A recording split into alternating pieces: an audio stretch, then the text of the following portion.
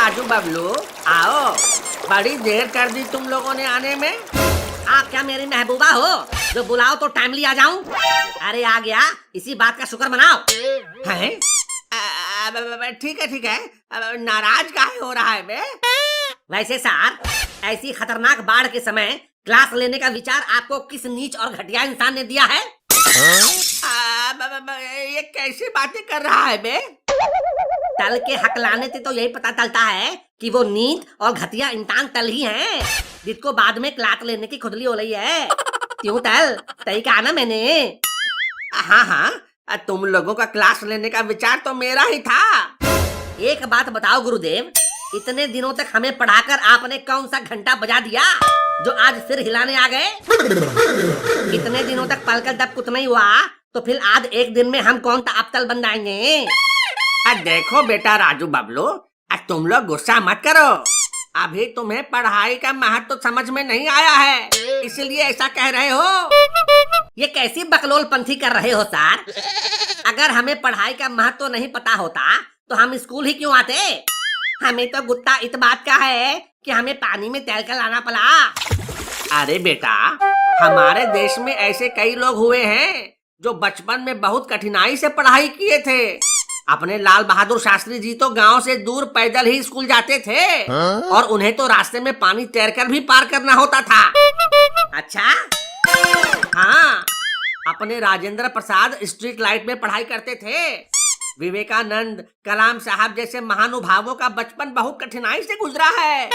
अत्ता, जिसने भी इतिहास में कुछ बड़ा किया है उसने मुश्किलों का सामना डटकर किया है। सर, आप भी लाइफ में कुछ बड़ा करना चाहते होगे? हाँ हाँ, मैं भी चाहता हूँ कुछ बड़ा करूँ। इसीलिए तो आज जब देखा कि हर जगह पानी भरा है तो भी मैं नाव पर पढ़ाने आ गया।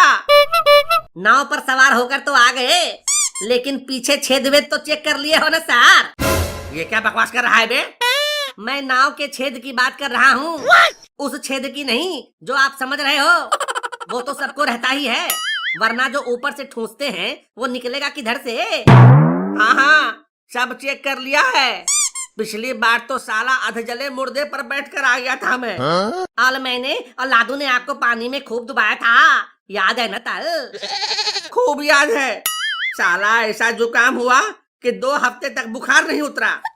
लाली मैडम तो कोरोना समझकर 2 महीने तक पास ही नहीं आई।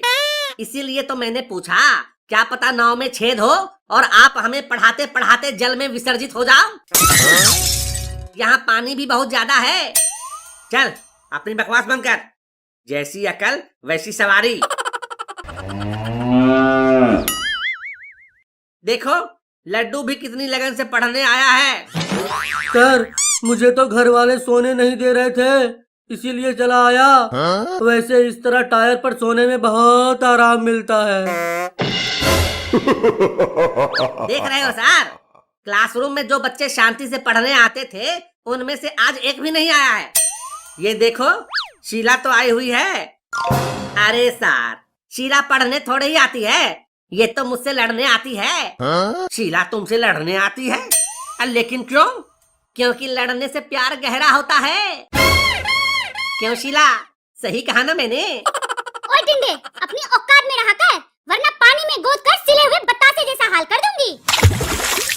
देख रहे हो सर, हमारे प्यार की गहराई, इसीलिए ही तो हम स्कूल आते हैं। नहीं सर, मैं तो पढ़ने आती हूँ। यही है जो आवारागर्दी और बकैती करने स्कूल आता है।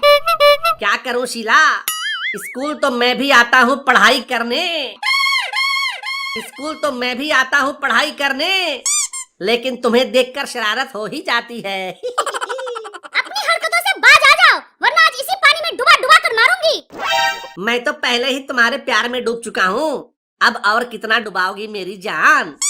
देखो, खाली तुमसे मिलने के लिए मैं इस भरी बाढ़ में भैंस पर चढ़कर आया हूँ। तुम भैंस के लायक ही हो, आगे चलकर भैंसी को चराना है तुम्हें। ओए हो शीला रानी, तुम्हें मेरे भविष्य की इतनी फिक्र हो रही है? क्या बात है, मर जावा गुड़ खा के।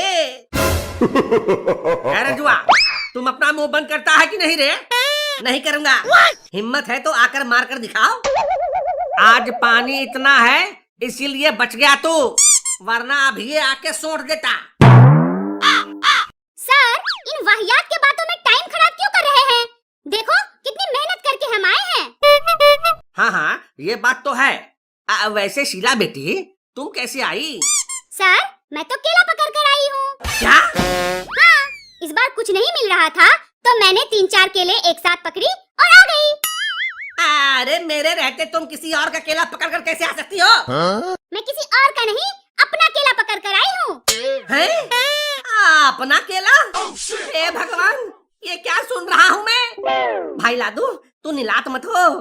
टीला भाभी केले के पेड़ के बारे में बात कर रही है। हाँ, मैं तो केले के पेड़ की बात कर रही हूँ जिस पर अभी बैठी हुई हूँ। अच्छा अच्छा, ये केला? मैं तो कुछ और ही समझ रहा था। वही कहूँ कि जिस पेड़ में लटका था पपीता, उसमें केला कैसे निकल आया? खैर छोड़ो इन सब बातों को। जब आ गए हैं तो कुछ पढ़ाई की बातें कर ले। हाँ सर।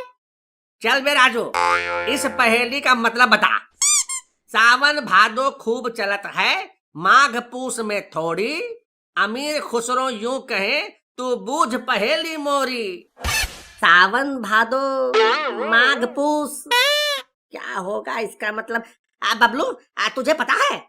नहीं भाई, अब मुझे भी नहीं पता। दोनों में से किसी को नहीं पता। तुम दोनों का जीवन ही व्यर्थ है। सर, इसका मतलब है नदी नाला। सावन भादो में इनमें पानी खूब रहता है और माघ पूस में कम। शाबाश शीला बेटी, शाबाश। सीखो रे नालायक, कुछ सीखो इससे। सर, नदी नाला तो मैं भी बता सकता था, लेकिन मुझे ये नहीं पता था ना कि ये सावन भादो क्या है। किसी नए आइटम का नाम है क्या? अरे नालायक, ये हिंदी महीनों के नाम हैं। तुम्हारा जीवन तो सच में व्यर्थ है।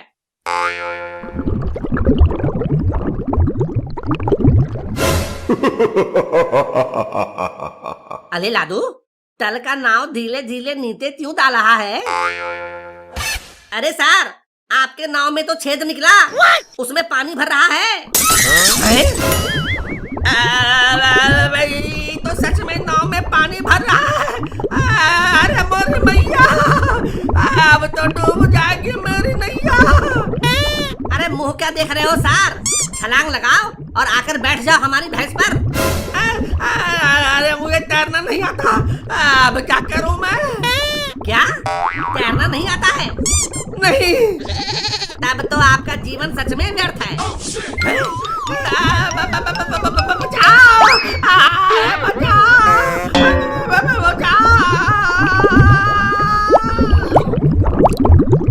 कई भैंस पानी में